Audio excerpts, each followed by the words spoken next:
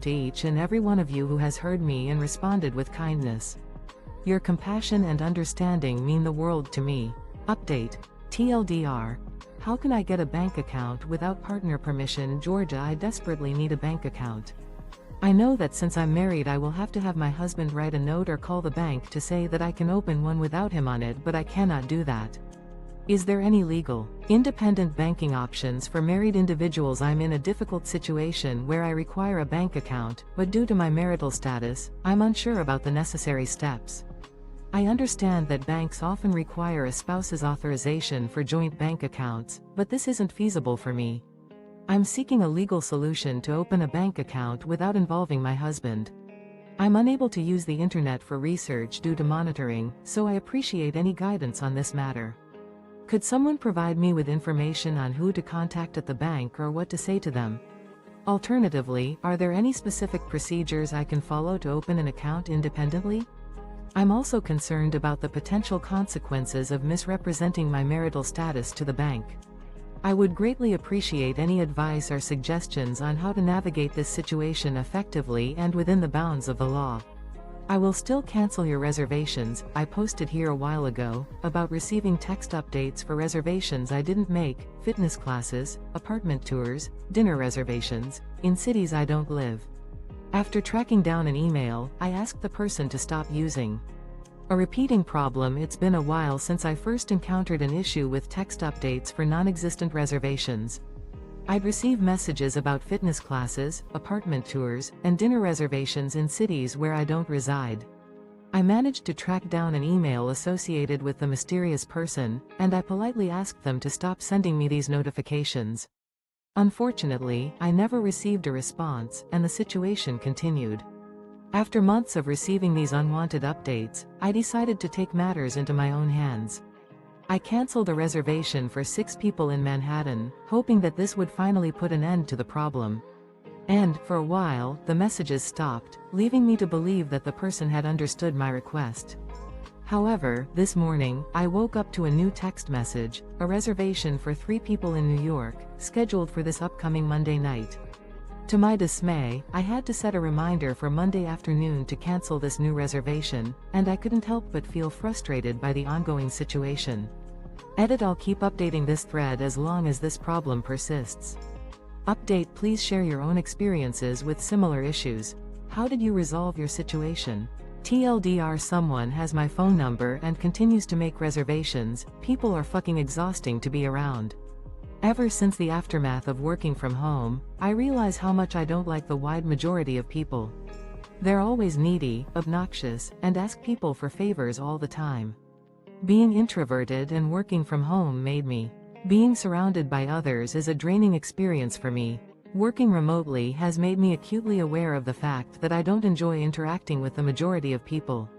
Their constant need for attention, inconsiderate behavior, and frequent requests for assistance are all characteristics that I find particularly bothersome.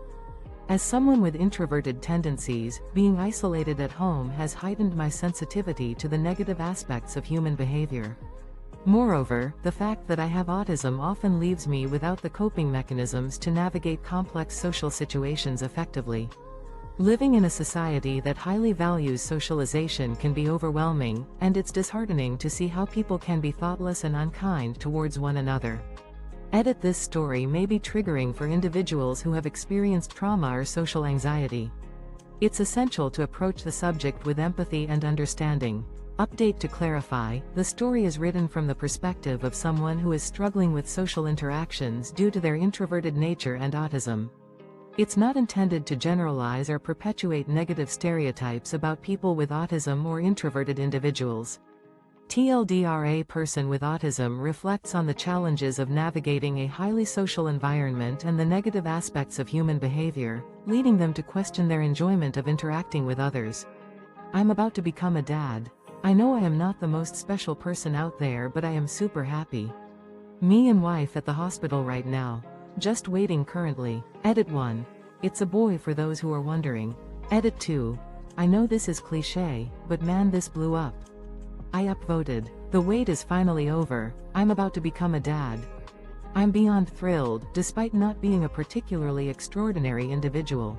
My wife and I are currently at the hospital, anxiously awaiting the arrival of our little bundle of joy. Update 1. To answer your curiosity, we're expecting a baby boy. Update 2. I'm overwhelmed by the response, and I've upvoted every comment so far. If you post a comment, I'll do my best to upvote it as well. There are just so many wonderful messages. Update 3. Let me clarify, I didn't mean to imply that having a child makes me special.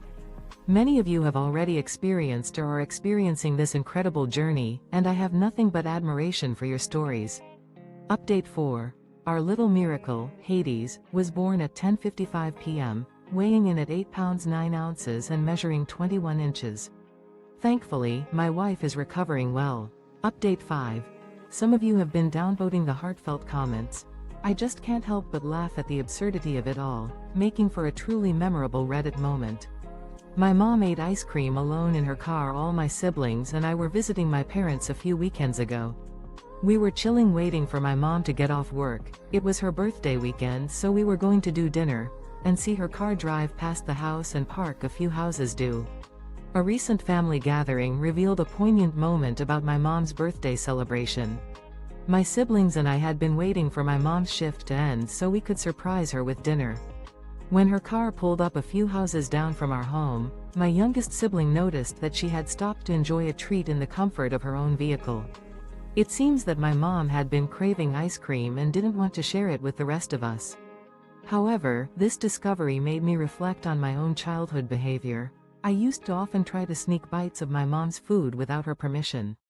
Now, I'm making a conscious effort to show my appreciation for her by bringing her her favorite snacks whenever I visit. This small gesture feels like a thoughtful way to make up for past actions and show my mom how much I care.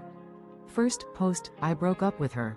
After talking to some friends and reading some of your comments, I realized that this kind of behavior from both the dad and my GF was unacceptable. ID. A fresh start. Moving on. After a difficult realization, I ended things with my girlfriend.